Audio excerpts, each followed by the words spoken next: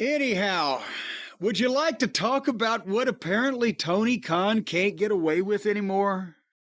I'm thinking as I watch this show from March the 5th, AEW Dynamite, when I say this show, I don't think they're at a point where anything can turn this. Can they come back from this at this point? I was teasing about they tried to jump the shark and missed the jump and landed like Evel Knievel in the Snake River Canyon. There's nobody they can sign that will make a difference. They've nullified their $1 million acquisitions already. The homegrown talent they have is nullified or nil anymore. The ratings have backed. And they can't get out of their own way.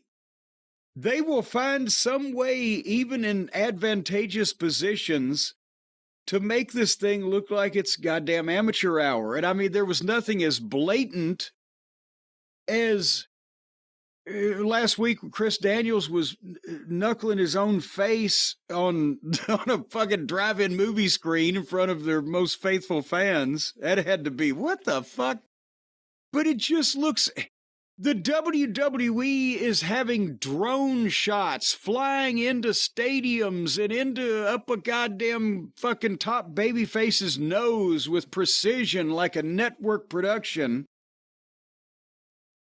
And they've got their top guys cutting promos out back of the building like they're out in the fucking hood. It looked like the back of the Tupelo Sports Arena. It's a fucking fence and some trees with a goddamn alley and a garbage can. Am I overstating this? How low rent they've... And the Memorial Auditorium in Sacramento, inside it looked great. It's an old building with the ornate movie palace stucco or whatever the fuck. It was full because it seats like, what, 2,500? It looked great inside, so they spent an inordinate amount of time shooting the outside where it looks like it's in a goddamn residential neighborhood that's seen better days, and if you walk 2 blocks to the right, you could probably find some crack. Yeah, see, I like the MJF promo, but the location, it just looked like, hey, let's go behind the building. Yes, that's where they were. Next to the production trucks, but it wasn't like they were behind the goddamn New Orleans Superdome or the fucking Jell-O Pudding Center in Butte, Montana, even. It was a fucking hood. The other thing I want to say, based on what you're saying here about the production and everything, and it was hard to, it was glaring watching this coming off a weekend where WWE ate up the conversation with their big show and then Raw, and just the energy and the feel and the look, and then you go to this. I've watched NXT several times recently when they're, out of town, I guess we would say. On the road. They do a better job than AEW of shooting the smaller rooms and making it have a feel. AEW, it feels like, let's go to a room and shoot it. Like nothing ever feels like it's done to, I don't know, bring you in. It feels like you're watching from a distance. I don't know how to explain it. Not that I don't want the Steadicam. That's maybe not the best example, but the way NXT has shot these smaller rooms brings you right into the action. It still feels like there's a big disconnect. And a lot of AEW's fans feel like people going to the zoo, just looking at the animals. It's a part of it is that again, planning and preparation. And it seems to me like there's a lot of this that I've seen it in Ring of Honor in the day and in other places that I've been, MLW, any place with a lower, but TNA sometimes, where you go out, they say, just go out and shoot something. And definitely back in Smoky Mountain or the Territory days, go out and shoot something. But the WWE now is cognizant that they're doing a big league television production, and they're not just sending guys out with a germ of an idea to shoot something. the locations are, thought is put into them. They've got a full crew, including a producer. When the guys, and I don't, again, a lot of this comes down to, we talked about Tony Khan and AEW not having production meetings, but Tony Khan not having shows done. Is this, like, in some cases this shit's live, in some cases it's pre-tape, but is that their only shot at it? Get it now. We got to get it to the truck. I've been in that position on low budget fucking productions. So, but it's just that they, again, inside this building with it full and the old style arena, it looked good in an underground vibey way. So they did everything they could to open up and find out that, well, the back of in the back door is a goddamn alley with nobody there. There's like one car passes in the background of MJF's fucking minute promo. Or they went to the front later on, so, oh my God, when we get to this. So Wheeler Useless could walk into the arena with purpose when he walked up empty front steps on a residential side street of a goddamn sleepy town with the aura that somebody on Twitter, I think it was Dave Meltzer says what or something like that, or Meltzer's thoughts. Triple H's thoughts, somebody said he looked like a used vinyl store clerk. But they're showing the old parts of the building in the back where it looks like they're in a goddamn, they are in an old auditorium that they used to do plays in with the backstage pulleys and ropes and shit. They showed more of this building than they showed when they were running the NBA arenas, is the point I'm trying to make. Let's move on. MJF was out on the fucking street in an alley behind the building and cutting a promo on Adam Page, and it was shortened to the point, but boy, he's going to have an aneurysm, poor fella. And then we went into the building for the contract signing for the fucking pay-per-view main event that's going to take place in 9 days from this very moment that they're doing the contract signing. Seems like they'd nail these details down. And Tony brings out Swerve and Nana, and then Tony brings out Ricochet. And one thing you got to say, Ricochet is embracing acting like a big goof, or what do the kids say, dweeb? Do the kids still say dweeb? Not really. What is Ricochet acting like? I don't know, putz, but he's doing a good job. I actually was going to say the same thing. He's kind of starting to win me over. I don't know what the end game is, but he's starting to win me over as this character. Do you think it's just art imitating life? Someone said he laughs like Raj from What's Happening. Well, he's the one that argues with individual fans on Twitter like, I know you are, but what am I type of level shit. But is that a gimmick? See, that's the question. That's what we don't know. How nuts is he? But this was before they switched him fucking heel. Oh, that's true. Yeah. Anyway, Ricochet said they asked about the robe, Prince Nana's robe, the embassy robe, the coat of many colors. Where he said, don't worry about the robe. It's being upgraded. It's being modified. And he says, at least I'm here, Swerve, so you don't have to worry about somebody burning your house down again. And I mean, you say he's embracing it, but I think that's the thing is here's this small guy, kind of a nondescript look, that it comes off like an indie guy pretending to be a heel wrestler and doing a contract signing skit. I don't believe him, the sincerity. He's playing bad guy wrestler. And while he's nattering off all this stuff to Swerve, and the camera has a close-up of him, over his shoulder there are two fat people in the front row eating nachos and dipping them in cheese and paying no fucking attention. And they're in the front row. And then when I saw that, that's all I could fucking see from that camera shot. And they were mowing through those fucking nachos, boy. Go back if anybody's got it on your DVR. I didn't notice this. When he is talking, watch, I'm telling you. Is one on the left doesn't have a waistline, he's got a coastline. Hey, But anyway, so yes. no, I didn't know if you were going to go back to the contract sign. I was going to ask you Yes. what you thought of Swerve's mic work here. Well, that's the thing. When Ricochet signed and then Swerve started his promo,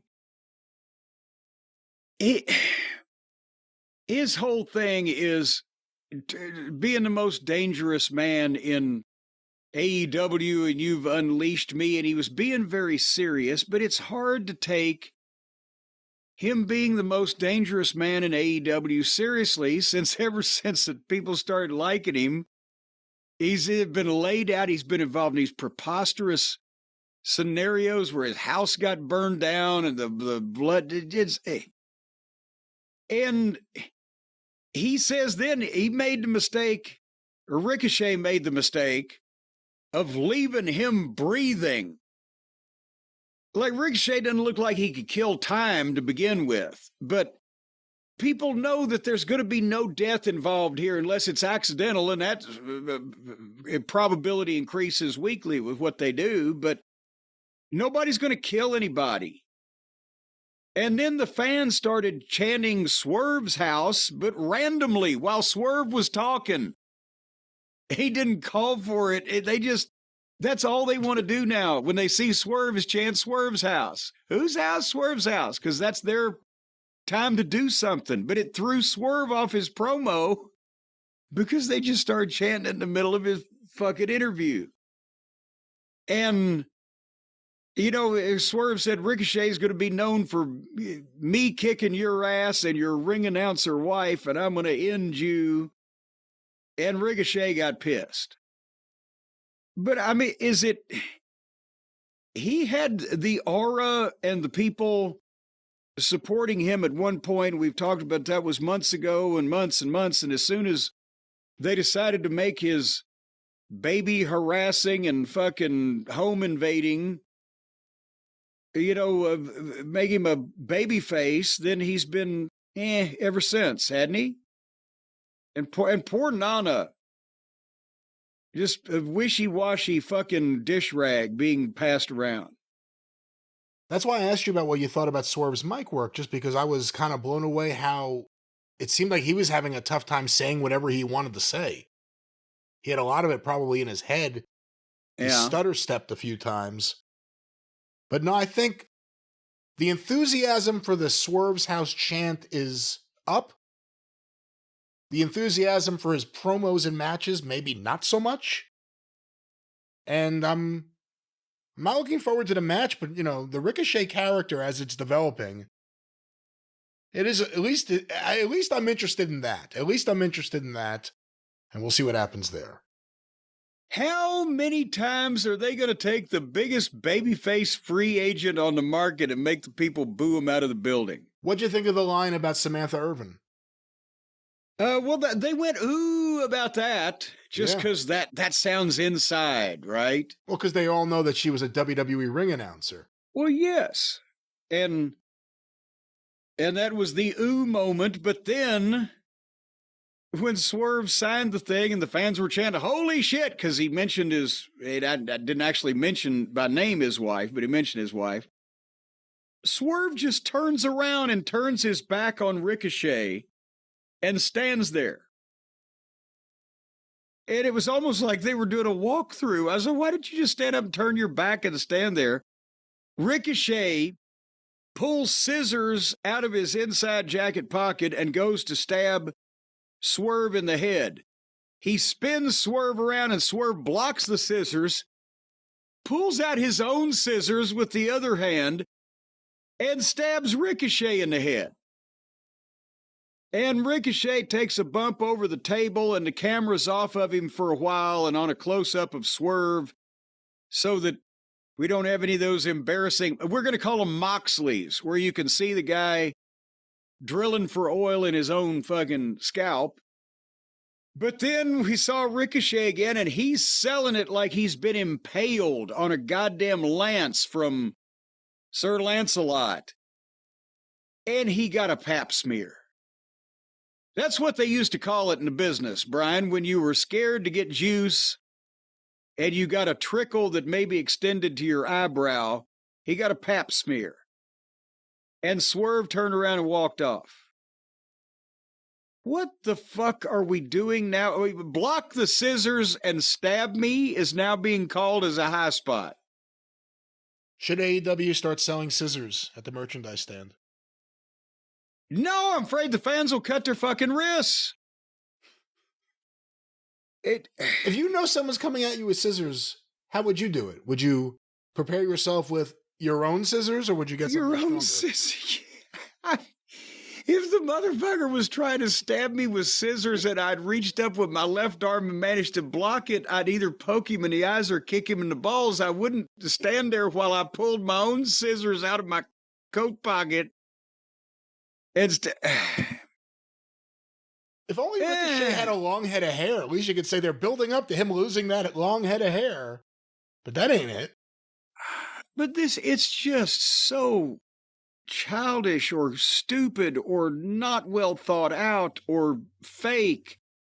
Or, again, everybody being involved in these things cumulatively over time, it diminishes their standing in the eyes of most of the viewers, except the, again, most dedicated, hardest core to run off, and that's why they're down to where they can barely get 600,000 people. And Uncle Dave will try to, well, we can't measure Netflix, but this is the same goddamn number before Netflix as after. It's made negligible difference either way.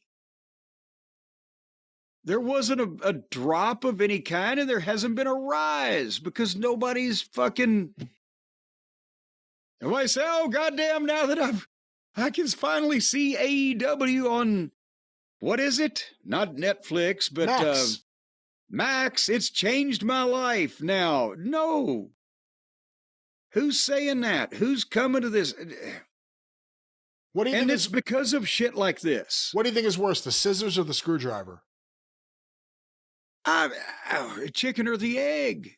They're both stupid.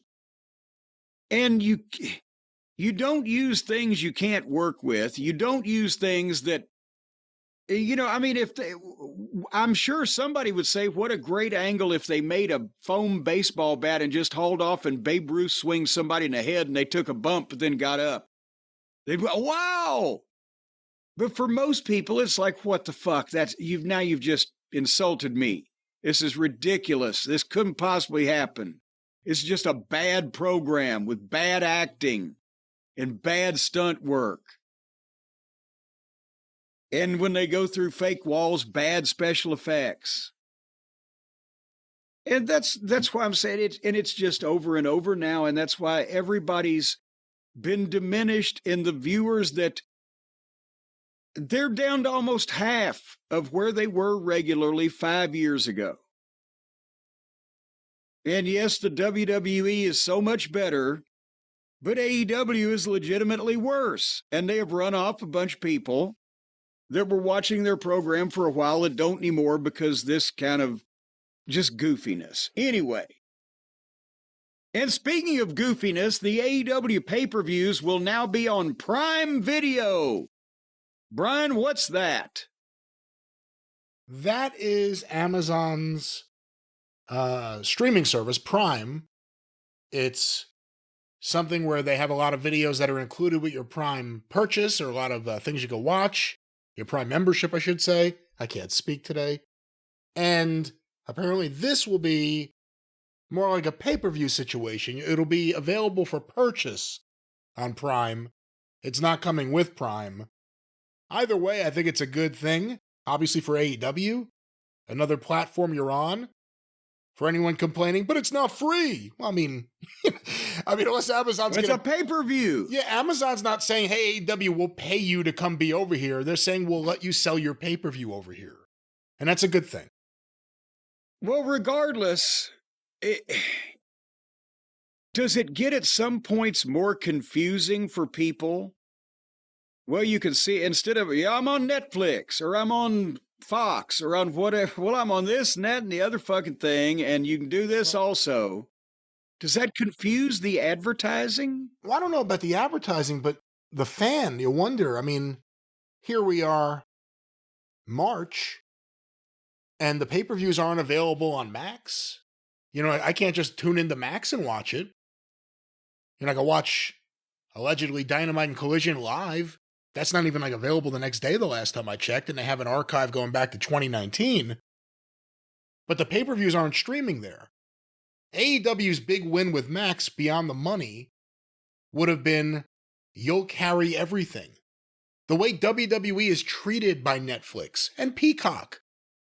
No one's treating AEW that way, and that's what they really need. But they also have to perform as well. And, you know, it's just, again, going back to this, it's another platform the pay-per-view is on, and you want to be on every platform you can. In a dream world, you want a streaming partner who's going to pay you a shit ton of money, and you don't have to worry about pay-per-view ever again.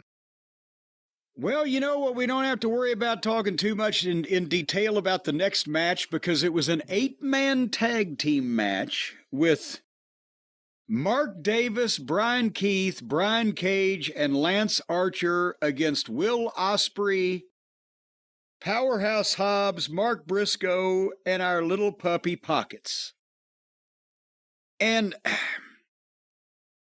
again, besides that 8-man pulled out of our ass, besides the fact that this gets busier than Grand Central Station at 5 o'clock on Friday afternoon, with stupid subplots and ridiculous red herrings and time-wasting, time-killing, momentum-killing bullshit bad acting. We first had to suffer through 15 minutes of this match for no reason. Because there are 3 legitimate talents out of 8 guys, Ospreay, Hobbs, and Briscoe. Briscoe's been completely nullified. Hobbs has been completely nullified. And Ospreay's still supposed to be one of the top guys. And they're fucking around with this bullshit for 15 fucking minutes. And they put Pockets in there so you can't take it seriously. It's just more indie bullshit. So, as I said, it took 15 minutes, and Ospreay beat Brian Keith by swinging his elbow forcefully over the top of Brian Keith's head, missed him again with the thing. 1, 2, 3. But then suddenly, this 30-minute afterburst starts. Davis comes in. And by the way, have I mentioned his ass is bigger than Sacramento? You have. He's just... Unfortunately, that's all I could see now. And once you see it, you're like, yeah, this guy's got a big ass. I don't know he's filled with... he's filled with fucking sand. So he jumps on Ospreay's back and grabs him in a sleeper and holds him. And Archer and Cage are getting sloppy heat on the other baby faces, and they double powerbomb Hobbs on the stairs. I'm like, for fuck's sake. And then Davis basically, Ospreay never got out of the sleeper. Davis choked him out. You remember that famous night on Raw when the Brooklyn Brawler choked out Stone Cold, right? So he just choked him out while Archer and Cage, without taking a lot of effort, beat up the other 3 baby faces. And then they play music. And out walks Kyle Felcher. And when I say walks, I mean walks. He meanders, as Aunt Lola would say. He strolled to the ring, trying to look all bad and tough. And while he was doing that, Ospreay is laying down in the ring, having been put out by the sleeper. And Archer standing there with 1 foot on his fucking head. Again, Lance Archer could have been a talent for them years ago before they ruined him. And right now is meaningless. And you got a meaningless fucking guy standing on the neck of your top baby face. And then Kyle gets in the ring, and Archer and Brian Cage hold Ospreay, and Kyle hit him with a bunch of fake girly punches And then he started shoving and yelling at Mark Davis, who's the one who choked Ospreay out to begin with. And now he's berating him because that's all part of this ingenious subplot where Davis is being abused and mistreated and verbally malingered by the. And they took forever with this. And then they took forever to make Davis hit Ospreay with a chair. And it was going slowly enough that you realize that, well, Mark Briscoe and Hobbs and Pockets apparently have all been killed. Because there's been people been run over by fucking buses that got back to their feet quicker, but they're gone and you never see them again. And then finally Davis hits Ospreay in the back with a chair. And then the heels all together yelled at Davis and banished him from the ring. And he said, okay, I'll go. And then Felcher sets up the chair in the ring and slowly picked Ospreay up and gave him a brainbuster on the chair and then posed. And there was nobody trying to help. It was never explained where the tag team partners and the referee went. They just disappeared. They have security. We're going to see them later on. Believe me. But nobody came out. Because it's selective security. You've heard of social security. This is selective security. When they're back there, they say, oh, shit. It looks like somebody's going to get hurt. You guys, you want to go? Nah, I'm not feeling this one. Fuck that guy. He's on his own. None of it makes any sense, and it takes for fucking ever. Brian, your thoughts on this? Can't add too much. I was surprised coming out of, again, the enthusiasm right now around what WWE's doing. You would think some of that would almost carry over to AEW just in terms of overall wrestling enthusiasm. To begin with an 8-man, the first match on the show being this 8-man, I cringe. I'm sick of these multi-man matches where they just throw people together, and then they even tried to explain on commentary why Briscoe and Orange Cassidy were the conglomeration. There is no good reason for any of this. And the Mark Davis stuff is bizarre. Because he was there, and then he got hurt and left, and Fletcher's stuff all happened. And then he returned. They did a little thing with him, and then he was gone again. And then they brought him back now as a heel with Callis, and then they go right back to the heat between, or the issues between him and Fletcher. I'm not a fan of any of this. And it went on a long time. Yes, very long time. You know what happened to me, Brian? It took so long for this thing to happen. Do I know? My hair got grayer. How's that possible? My hair got grayer during the time that this match took to take place. And I'll have you know that I don't have much time left on this earth. I know I'm closer to the end than the beginning, and I'll just be damned if I'm going to let these people turn me gray. So every night now, after I finish watching AEW Dynamite, I'm going to turn to our new friends at Simpler Hair Color, and I'm going to color my hair back to the way that it looked before I started watching that television program. Every week from now on, no longer am I going to wake up on Thursday mornings looking like I've spent the night in a haunted house, Brian. Because with Simpler Hair Color, I can just easily just wash that gray right out of my hair. And I won't look like Andy Warhol after he went to give blood. Have you tried this out? Have you had a couple of grays sneaking into your beardage area lately since you turned 45? Well, I have indeed been hearing a lot about Simpler Hair Color, and I know a lot of people in my age group, I hate to say it, they kind of look like garbage, and a lot of it is just because of their hair color. They kind of have a youngish face and an oldish head of hair for no good reason. Yeah, because there's there's the messiness of all these home dye kits. And yeah, and there's the harsh ingredients that salons use. You know, you go in there to the salon, you say, make me look 20 years younger. And they're going to put all kinds of bleach and chemicals and phosphorus and battery acid on top of your head. Just like when, well, I have it on good authority, you know, Penelope Pitstop.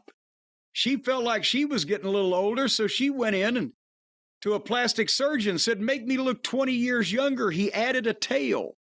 But nevertheless, folks, Simpler Hair Color was started by a couple of guys named Patel and Brown, two men who appreciate better dyeing options for hair and beards. And I don't know, you might be able to use this for the garden down south. You never know. The last thing you want is... No, we know. It should just be applied. Let's worry about one place to use it, and that, of course, is that head of hair. Well, you don't want your wife to get cross-eyed in certain moments when she's looking to see, is that gray as it used to be? Boy, that hair's gray there. And you don't want your wife looking at your head of hair and ever thinking that. You want to surprise her with the hair color you used to have, or maybe the hair color you should have had. Fix all your wrongs with the right hair color. That's what I always say. Repent now while there's still time. You can still not look like you're ready to be laid out and have words spoken over you with a bad dye job from a rotten mortician. No, don't worry about that stuff you buy in the stores and the, again, corrosive ingredients of the salons. Simpler Hair Color. They've got a full variety of shades to match any guy's hair and beard. It's easy to use. It's not a messy type of procedure here. One dispenser gives you the same amount of dye as 4 boxes of the store-bought stuff. It's an all-in-one product you can use on your hair and beard, and also the shrubbery around General Johnson's house may be able to benefit. And it's not going to irritate your skin. It's both gentle and effective. And see, you always want stuff to be gentle and effective, because those two things go hand in hand. With your hair, always, yes. Yes, or any other things that are affected by gentleness. Well, we'll speak. But folks... I fucking know what that again. Yeah, but we're talking about the way you want to treat your hair, and you want to treat it with the gentle care, but get the fiery results, whatever they may be. Yes. And of course, is your option with Simpler Hair Color. Treat your hair gentle, and every once in a while have somebody pull a big handful of it. But nevertheless, cleaner applications, gentler ingredients, unlike other companies, no waste. No waste. They will come and pick up all the dye that you drip, and they'll sell it to somebody else.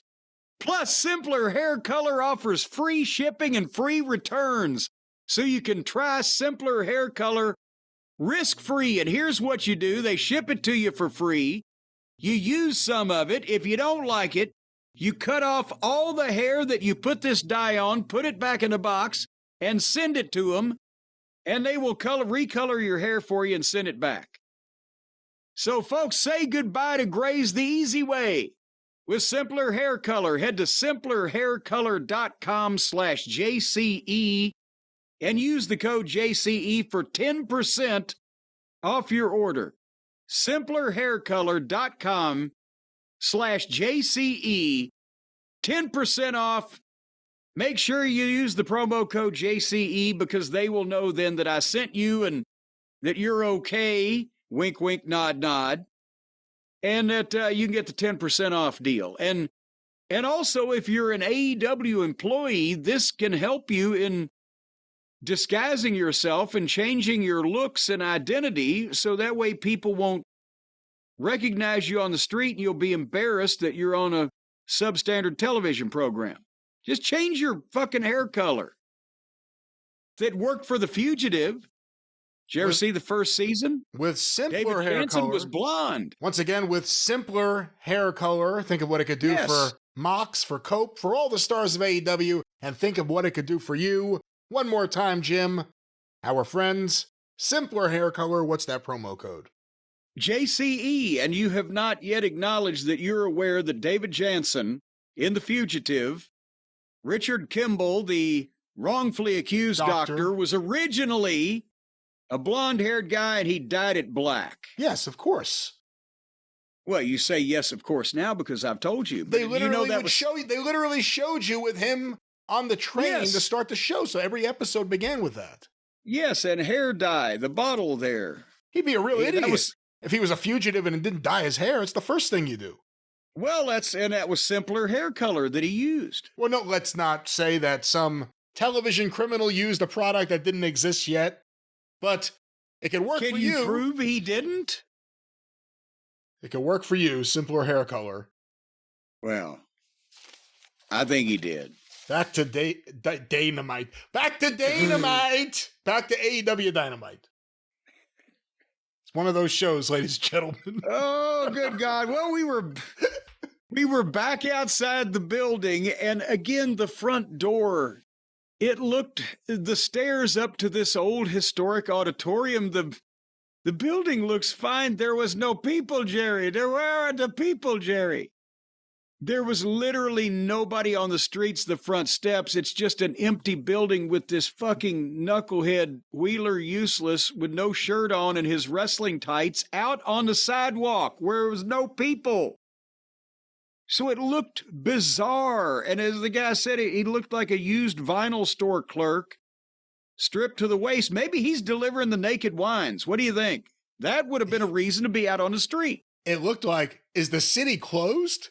That's my first thought when he walked. That's what it looks like. They had thrown a police cordon around this entire block so you would think that it was. The front steps looked like the final scene in Time Enough at Last, the Twilight Zone episode with Burgess Meredith. The world has come to an end. He's sitting on the steps of the library.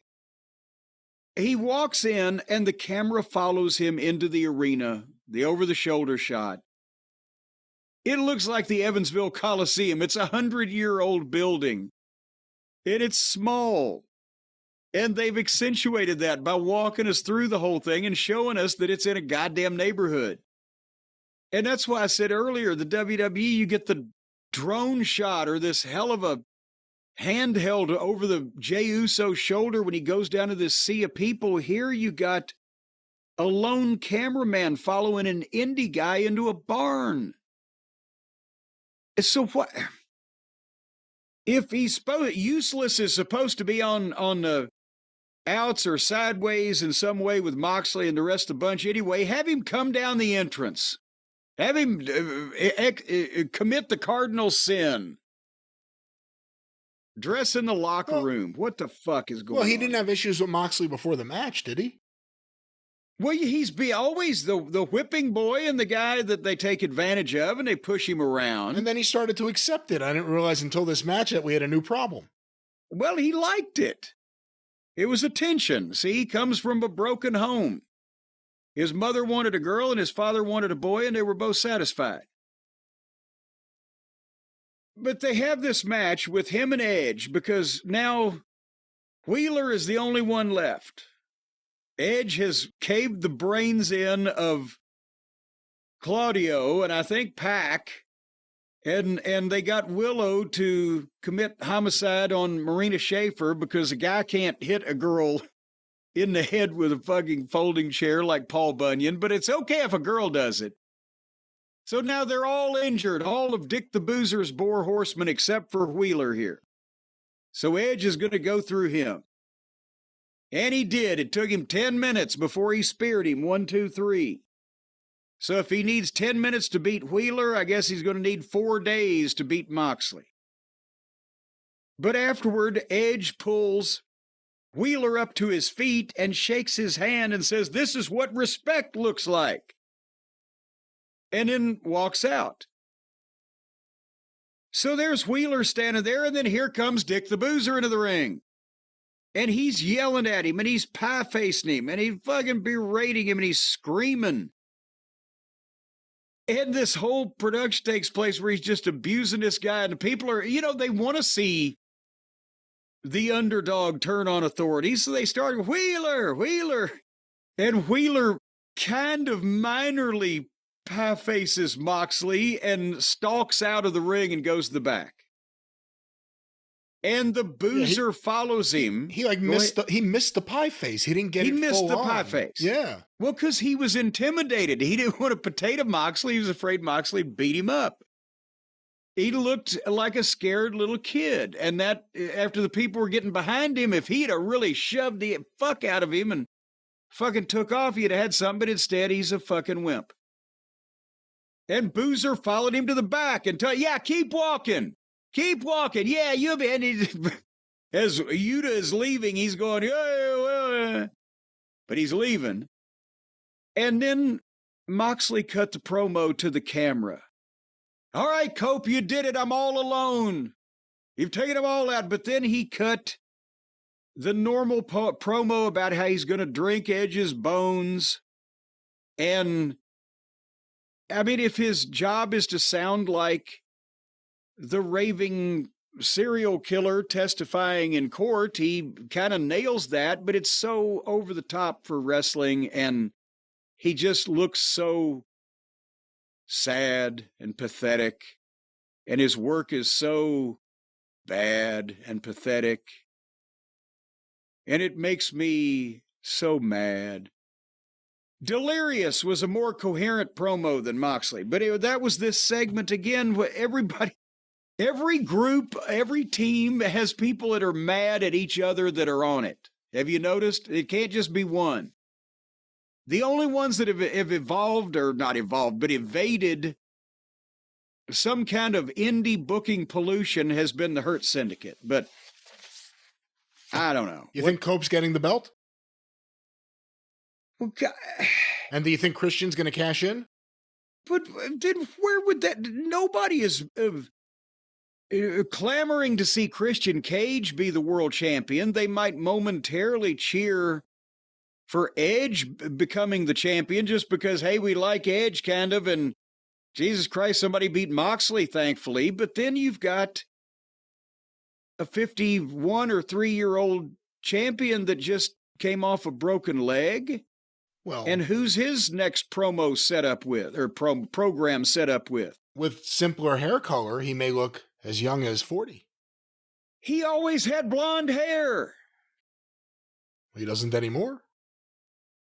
Well, but you can't, it's not as jarring when somebody goes from blonde to gray as from when they go from like Bill Superstar Dundee jet black to gray. You think we see Danielson? What do you think is going to happen here? I mean, it's such a positive thing. The last few weeks, one by one, as each member of the Death Riders got killed off, it was like, man, I'm starting to like this show a little more. What do you think the next step is? Do you think Danielson's going to come back and cost Moxley? Do you care enough that you put any thought into it? I've put no thought into it, except that this is literally now the title picture is being dominated by the Over the Hill gang. That's what got me, though. When Moxley said, I think he said in the promo, I'm the world champion. And it's like, you know, it hit me when I realized he's the world champion. Look at everything happening over at WWE. Their main feud is Adam Copeland versus Jon Moxley. It just seems like two different worlds. Well, speaking of a different world, we go back to the alley. Back to the back alley, ladies and gentlemen. Renee Moxley Good. With MJF, he's in the same place, screaming for Hangnail Page to show up. And it looks so low rent to begin with that they're just out there. There's not even a 3-story building in sight. And then suddenly Page drives up behind him in another one of those goofy trucks with the bull horns and jumps out and chases MJF past the TV trucks into the back of the arena in the dark, grabs him kind of at the gorilla position, drags him into the arena, throws him down in the entranceway, and a guy turns over. It's not MJF, it's some guy dressed like MJF. It's screaming, "He made me do it! He made me do it!" As Page is standing there, well, how can this alchemy occur? That I grabbed MJF, and now, lo and behold, and verily, it is not that knave and varlet. Why did I suddenly go back to the Middle Ages? And suddenly, MJF levels Page from behind and throws him into the ring and is going to give him the heat seeker, but Page shoves him off and takes the time to take his jacket off and then go for the buckshot. So when he goes for the buckshot, MJF meets him with a kick to the balls. And then he gives him the heat seeker and takes his jacket off, and the shirt says MJF did nothing wrong. Because again, that is the reasoning behind MJF's turning of the fans is that the fans turned on him, started cheering for other people, which would be valid in there. There's valid logic in there somewhere around all of this. But nevertheless, he tried to get more heat on Page, but Page was covering up and blocking everything, so it looked like shit because he didn't have a target. And I know I've mentioned this before, but a lot of people are saying, well, yeah, you would cover up in a fight. Not if you're knocked goofy and you can't cover up in a fight. That's the idea of kicking a fucking dead horse. That's the idea of beating a man when he's down. The guy's already down, he's helpless, and you're beating him up. And then if you are allowed a target, you can work and your shit looks good, or it should, without the other guy blocking it, and you don't have a target, or then you're trying to pull because you don't want to throw a punch at a guy's head and have him put his hand up in between, and your fist hits his wrist and drives his hand into his own nose and breaks his fucking nose. That's why guys historically were always pissed and considered it an insult to their work if they got on a guy and the guy was flinching and covering up all the time. Say, open up, give me a fucking target, idiot. Watts did that to me in the Superdome. When I was begging off from fucking JYD and I turned around and I didn't realize Watts was so close, and when I turned around, he legitimately did startle me, and I jumped and moved on when he slapped me, and he's like, goddamn, Corny! Or it's Cornette then. I wasn't corny yet. God damn it, Cornette, open up. So I let him slap me again. Have I made that point, Brian? You made points. I've made it. There's which specific words. The point of open up and don't make guys' heat look like shit. Give them a target, but the guy has to be able to work. So then, here comes 3 or 4 security guys into the ring. They must have gotten there late because there was a goddamn attempted murder here a little while ago. Nothing happened. But then MJF, he just hit him with forearms and boom, and they took a bump and rolled out, and you never saw them again. Again, they weren't killed. They weren't murdered. And there's only 3 of them. We know there's going to be more here in a little while. Hold on, they've got an excuse for this. MJF puts on the ring, but Page is back up and leg dives him and throwing punches at him. But MJF gets up and hits Page with the ring and knocks him out. And gets the microphone and goes, well, you like and you cheer for Adam Page when he burns shit. How are y'all going to feel when I burn shit? And then he goes under the ring and gets a can of lighter fluid. And he actually does get into the ring and starts squirting the lighter fluid on Adam Page like he's gonna set him on fucking fire.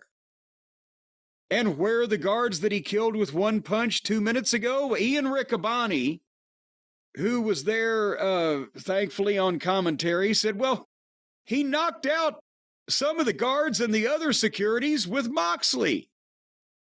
Doing what? Having a beer?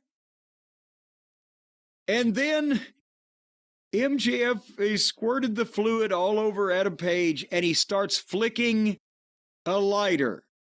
And suddenly, the referees and at least a dozen security guards all at the same time instantly swarm him and tackle him, and they're on top of him like goddamn Secret Service agents, and they carried him out screaming, "I just want to prove my point." I think this was worse than the dinner dance with Jericho. As far as just making him... Oh, whoa. How much phonier could anything be than this? He wasn't going to set the guy on fire. The thing was so... We're allowed to hope. But no, I don't have that hope. Because it makes MJF as bullshit as the rest of everybody here, and as goofy and as outlaw indie and as laughable. The one thing he had that set him apart at the start was the people couldn't see through him. They believed he was legitimately a prick. He was the heel, that he never broke character, as the kids say. He did great stuff, and then they slowly chipped away at it until now he's just one of these fucking morons. And the angles take so long. There's no urgency. It's not like... if you watch porn, but the guy is fucking Sika at the pace of 2 pumps per minute, you're going to hit the goddamn fast forward button. There's nothing. There's no urgency. There's no violence. There's no mayhem. There's no chaos. That's what set the... Hello? That's what sets Sika apart, yes. That's what set Sika apart. That's what set Seth and fucking Punk apart with their pull apart the other night on Raw, is they looked like they were fighting and people were trying to stop it, and they wanted to kill each other and people were trying to stop it. And they didn't go for goddamn 15 fucking minutes or at a snail's pace. And these angles are so phony. There's so many holes in them. They take so long you can see through them. There's no urgency to them. There's no reason to raise the fans' blood pressure. It's just the anticipation of the next stunt. And so here's something somebody else said that I saw on Twitter. When I was talking about Orton the other night did like 7 or 8 RKOs in a row, and I said anytime that you do a big move or a great move or whatever, a number of times right in a row, you give people multiple chances to see through it, and the response is somewhat diminished. Here's a great way to put it. Somebody said this on Twitter, said, magicians say 1 time is a trick, twice is a lesson. And I like that. I just wanted to stick that in. That is good. What are your thoughts on this whole fucking thing with MJF and the lighter fluid? He's an arsonist. Well, clearly, Adam Page is going to go over at the pay-per-view because he didn't get lit on fire, and now he has a reason to be mad because someone wanted to light him on fire. Adam Page is all for lighting structures on fire, but not people. That's a step too far. Come on, baby, light my fire. They used a flamethrower, so why... That's another thing. Why couldn't he pulled a flamethrower out from under the ring? Because they've already used that, and they set the other fucking yahoo on fire. My first thought when MJF started going for the flicker was, is Adam Page covered in that stuff they covered Cody in when they lit him on fire? When I realized he wasn't, I'm like, oh, he's not lighting him on fire. I thought this wasn't as bad as you did. I think the lighting him on fire, clearly he was not going to burn him to death on live TV. But beyond that, I didn't think it was terrible. But that's a big thing to get past. So, otherwise than the attempted illegal immolation, the rest of it wasn't too good. Or too bad. Yeah, or either or. Either or. Either or. I mean, the other thing is the scenes outside. It's weird when you have like outside scenes and you see like vegetation. Like, I just didn't feel like the outside of a building. And Renee's out there. So now it's like, what's going on? It's like behind the Eddie Graham fucking building. Well, yeah, it was like you were going to see the boys with one of those egg grills having a fucking cookout next to the production truck. Like, I was waiting for just a group of kids to walk home from school right behind the camera. Because it was daylight, too. It wasn't, I mean, here it was dark, but over there it was daylight. So it was... Yeah, well, they were on West Coast time. It was like 6 o'clock in the evening or whatever. So it just looked like, after school. Here we are, an after-school special AEW down the street. That's what they should have brought Jericho in to do the Schoolhouse Rock deal. He could have been on the front steps going, they call me a Bill, and I'm sitting here on Capitol Hill. Maybe they could have brought him out to do Scared Straight. This is what will happen to you if you don't grow up. Boy, now that may have worked. You know what? They ought to go back and do a network special on all the kids that got scared straight back in the 70s. And look it up, young people. They had prisoners and inmates talk to kids and scare them straight and put it on TV. I bet if you went back and looked at those kids that got scared straight, they were probably all gang members and rapists and fucking wife beaters, Jesus. Goddamn drug addicts. We don't know this to be a fact, but it is an interesting idea to see where they are now. What do you think if your parents say, well, as a disciplinary measure, I'm going to expose you to the worst criminal element of society. It's going to tell you all the bad things going to happen to you. So you don't think anyone got scared straight? I think they scared them so far, they fucking went around a complete lap. They got straight and then they got crooked again. Then they say, you know what? Fuck my mom and dad for fucking making me go through this. These fucking guys, at least they look like they got some pussy every now and then. And off they went into the world of gangs. Well, this has been the MJF Adam Page segment review here on the show. And then we came to, they figured out a way to make Toni Storm's gimmick work. They actually put her in a fucking movie. There was Lexi Nair. At least it wasn't Marvez. Good God. With Ash Avildsen, our friend, the director... you Goes Wrong Show fans, and screenwriter of Queen of the Ring and Toni Storm, and at least her gimmick worked here. She legitimately is a movie star in a movie, but she did her accent, and Ash did a bit with her, and I don't really know how to even paraphrase this or describe it in any way otherwise than they were plugging the movie and Toni Storm was doing her gimmick.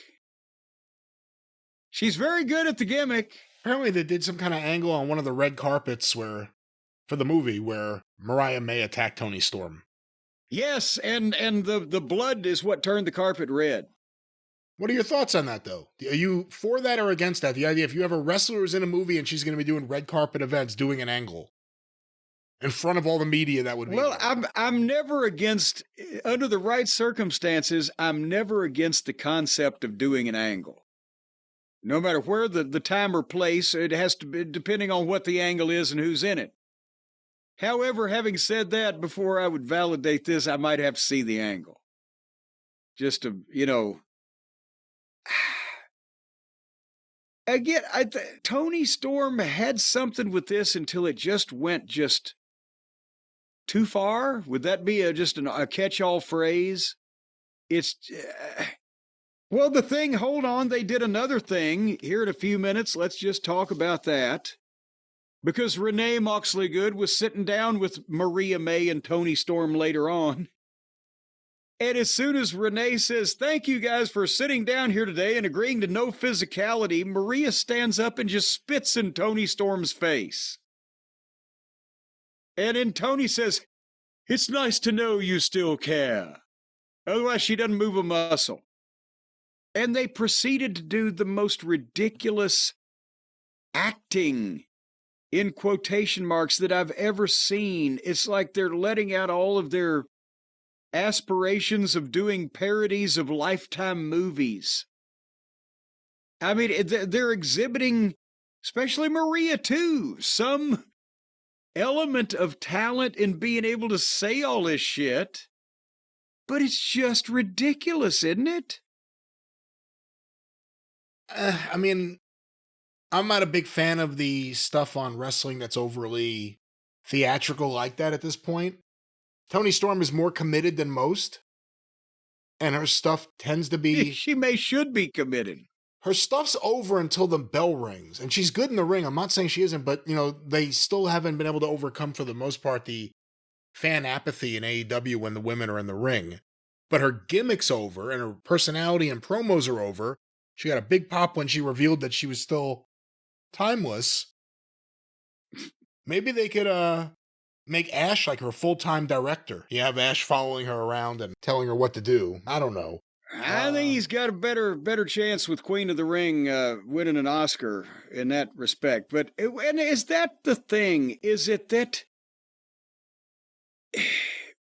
the stuff that's going to get over in AEW now is basically the silly wrestling because they are down to that indie audience that just wants silly fucking wrestling, and that's what they've got, and that's all they're going to get?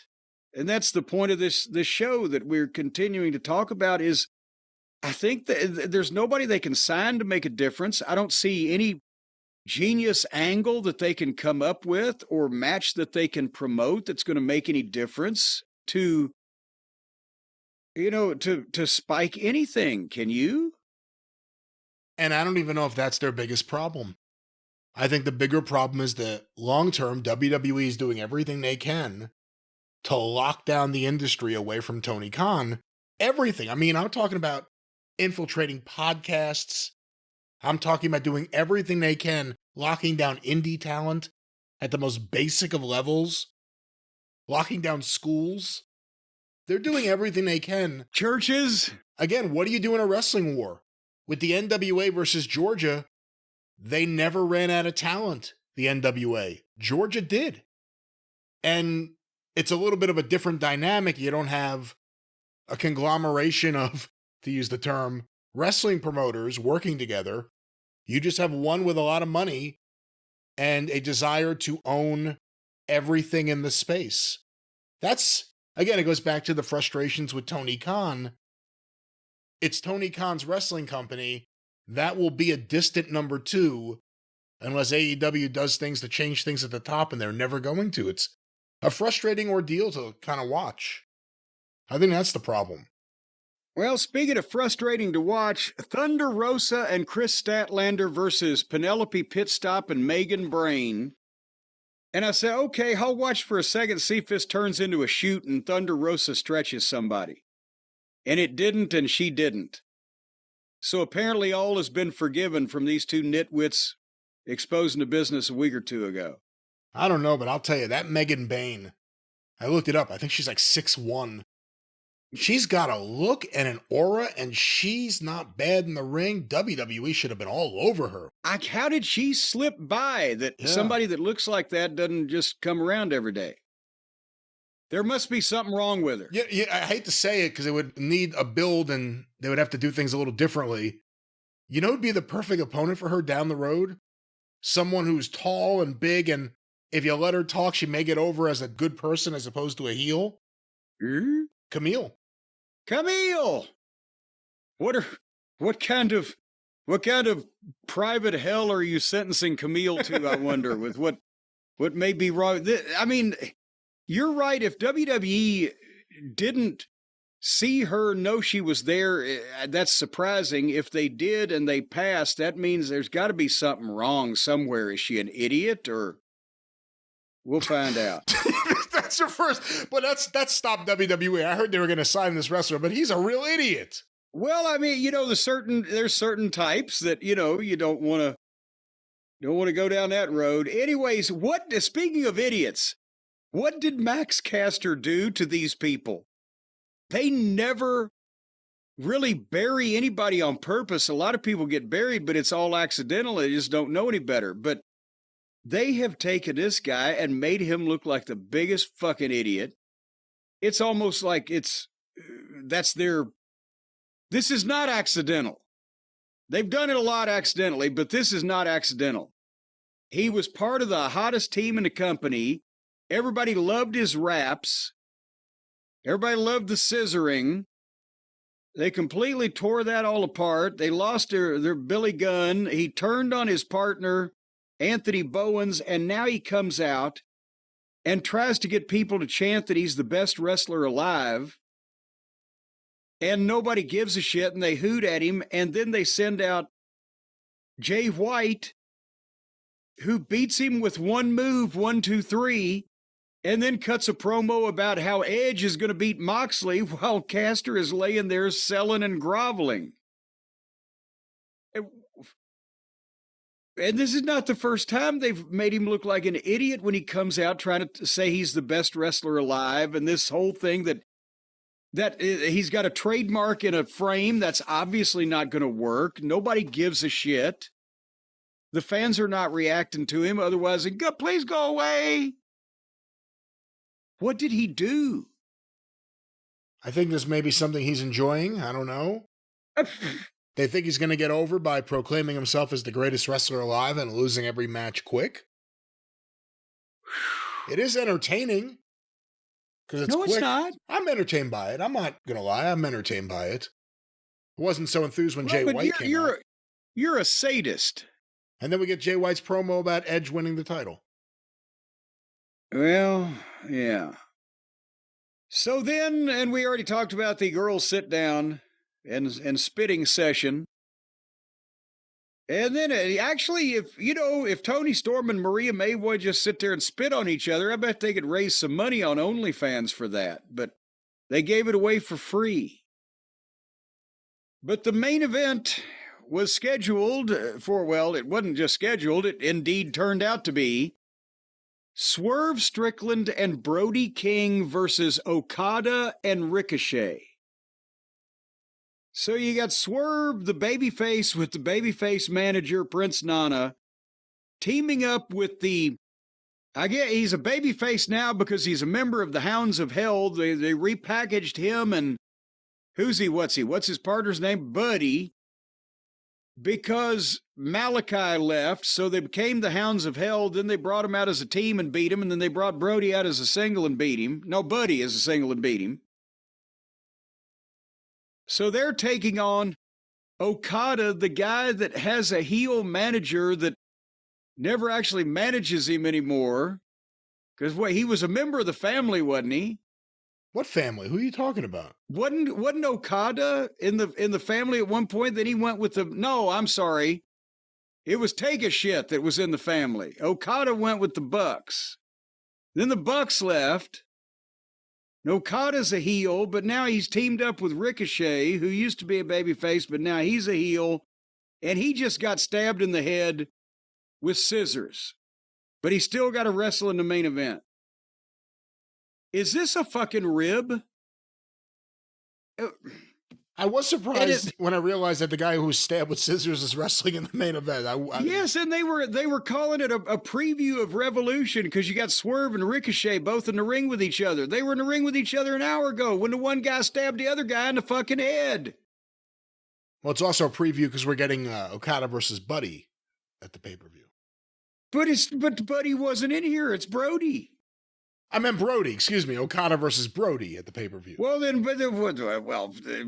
big shit. Okada versus anybody but a mortician is not something I want to see.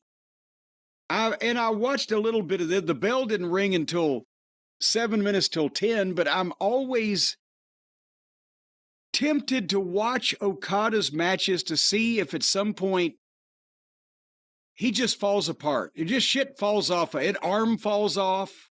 A leg falls off.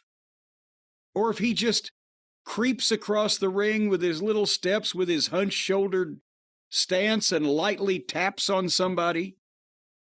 It's embarrassing. But after 1 minute of nothing happening, immediately they broke into a four-way and they rolled out on the floor, and they were on the floor endlessly because the corpse referee was in charge, which means they really don't have a referee. And they did about 3 minutes on the floor and then went to the break at 3 minutes till 10. So they could come back at 10 o'clock and sap the Modern Family audience. And it was a rotten tag team match because these aren't teams. They didn't mesh. Okada is embarrassingly bad and senile. And at 10:07 Ricochet hit Swerve with the fucking title belt and pinned him 1, 2, 3 after a fairly phony-looking finishing sequence that made the referee look like an idiot along with the rest of the wrestlers in the ring. And that was the main event. Well, there it is, Jim. Another AEW Dynamite, another episode, the go-home episode for the big AEW Revolution pay-per-view, which we will be reviewing on the Drive-Thru this coming week. You know what the problem is with Okada, poor old fella? Oh, back on He just didn't plan ahead. He didn't plan ahead. He didn't have a backup plan. That's why he's out there now when every time he's so broken down, every time he falls down, takes a bump, dust shoots out his sphincter. He's just a shell of his former self because he didn't plan ahead. He didn't have a business that he could fall back on with the greatest commerce platform in the whole ding-dong world. He did not go to our friends at Shopify, and now that's why he's in the position he's in, where the poor old thing has to be beat on like an old rug hanging on a line in the backyard because he wasn't ready to grow his business, to go to the home of the #1 checkout on the planet, to go to Shopify, to make some money, make sure that his carts weren't going abandoned. Because he looks like he's been abandoned by his doctors, abandoned by his family, abandoned by people that care about him. He just looks like he's laying around in a back alley somewhere, wasting away to nothing. And that's what's going to happen to you too, people out there. If you don't have Shopify in your corner, when the corporate conglomerate takeover of the world happens, you got to have a big brother to take care of you. And Shopify, they've got tentacles. They reach all over the world. They can sell icicles to Eskimos. They can sell suntan lotion to people living on the equator. And they can sell whatever it is that you're trying to pawn off on the unsuspecting public.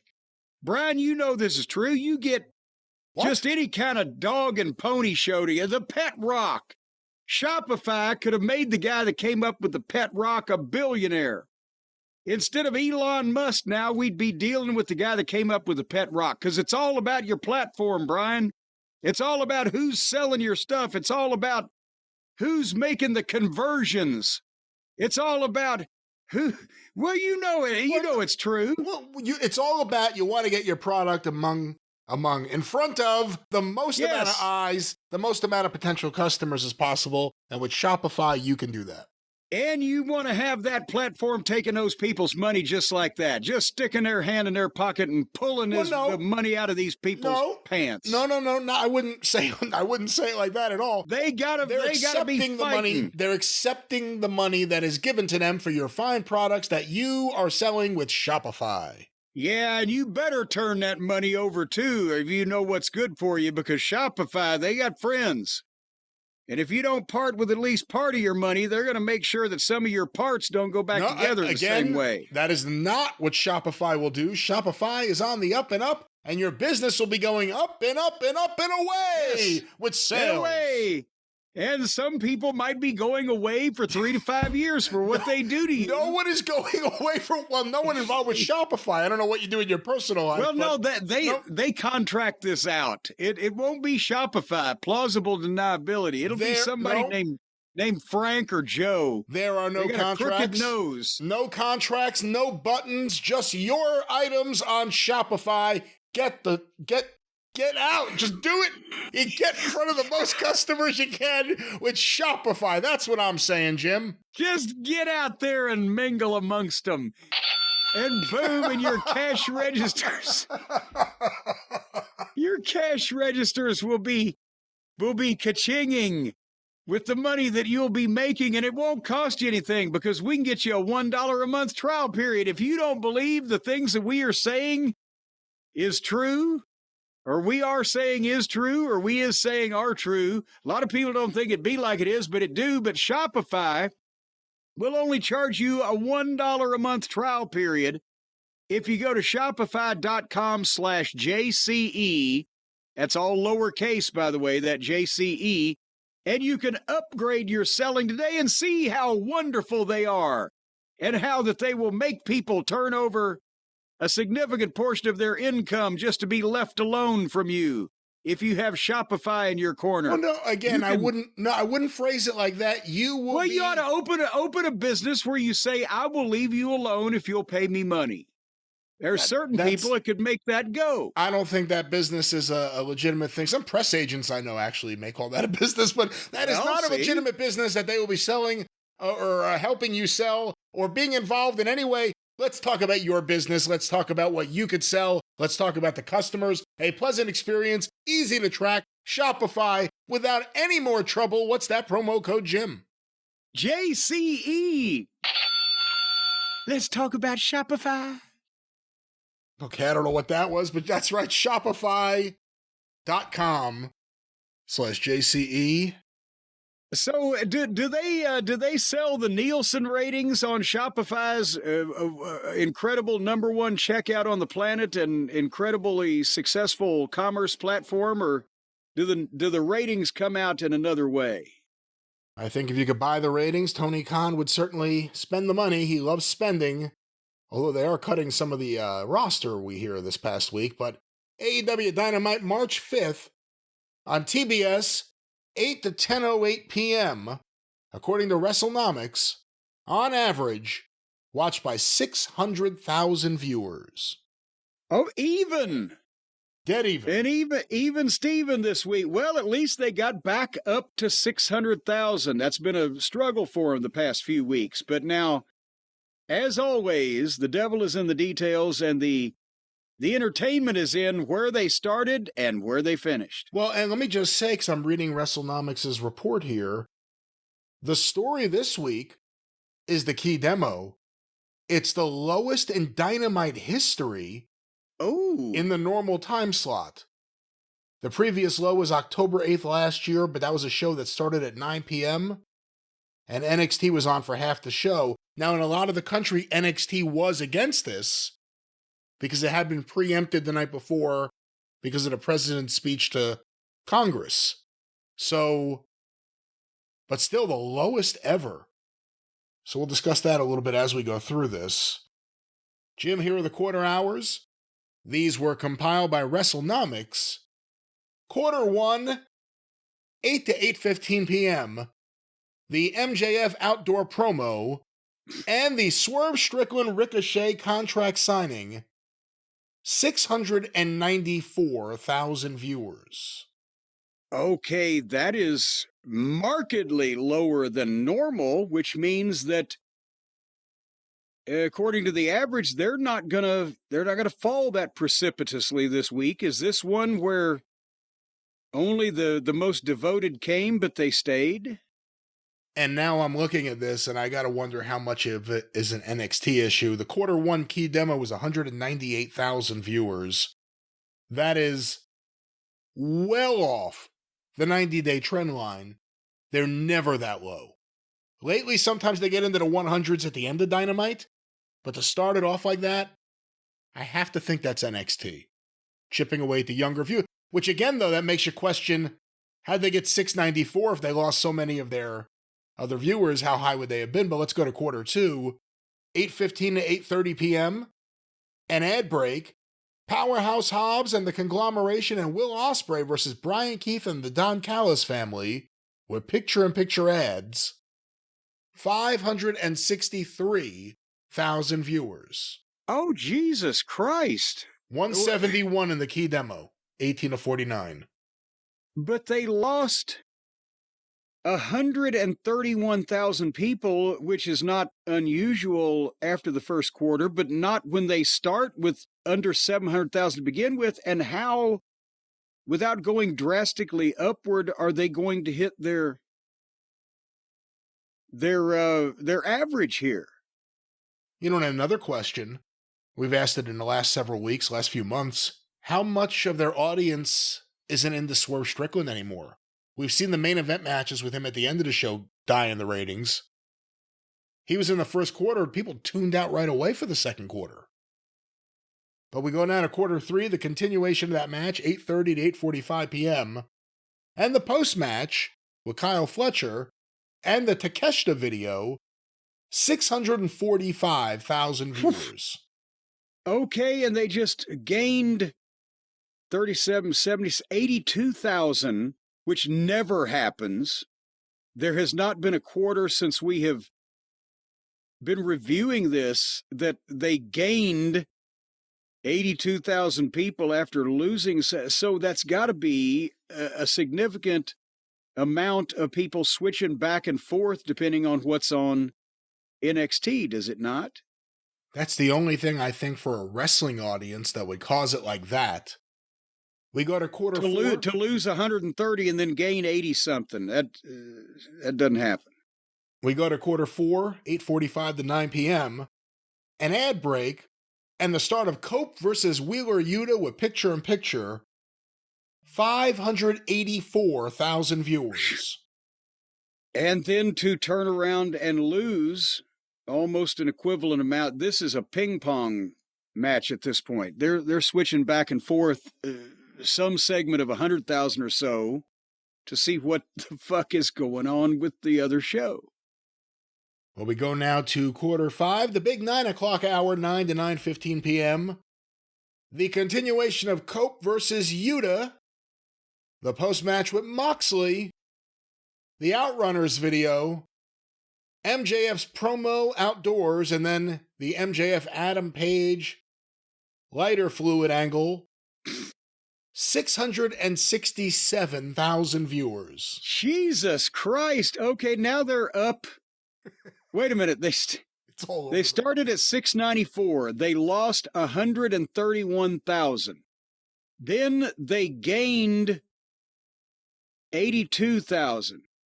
Then they lost 61,000.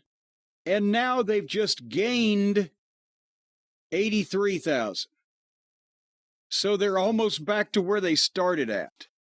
This is the most unique pattern that they've had potentially in history. We go now to quarter six, 9:15 to 9:30 p.m. The Tony Storm backstage promo, the Megan Bayne and Penelope Ford versus Chris Statlander and Thunder Rosa match with picture-in-picture, 579,000 viewers. God damn it, and now 67, 87, 80. They just lost 88,000. And from here on, looking at making that average, we gotta have a significant drop. We go now to quarter seven, 9:30 to 9:45 p.m.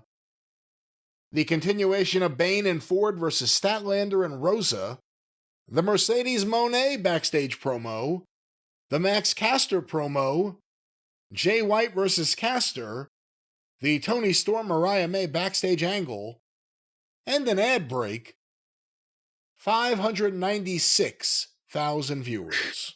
Well, they picked back up. There's another 17,000. This is a very odd pattern, to say the least. And Jim, finally, quarter eight, we have an 8-minute overrun. 9:45 to 10 p.m. Okada and Ricochet versus Brody King and Swerve Strickland with picture-in-picture. 519,000 viewers. Oh. 8-minute overrun. 505,000 viewers. So that match ended up losing a total of 91,000 people. And they went back and forth in the middle, but they still managed to finish up 189,000 people down from where they started. I thought for a while they had some promise there. Very interesting. And a lot of this has to be the NXT opposition until, quarter seven, and then when they saw what they were going to get for a main event, they just said, fuck it. It's very interesting. Well, there you have it. It's very interesting how it affected the key demo. Again, key demo was males 18 to 49. This is the lowest in show history. 198, 171, 191, 163, 181, 155, 161, 142, 154 for the overrun. The fact that they lost they didn't lose everyone. It got kind of like collision numbers. But they lost a lot of the younger viewers who chose NXT over there, or chose something else, because it wasn't every market, I guess. Well, the combined age of the main event on the pay-per-view this weekend is what, 90? Moxley's 40, right? You got to be, Edge is a bit over 50. Unless they want to try simpler hair color. It'll change everything. But that was AEW Dynamite.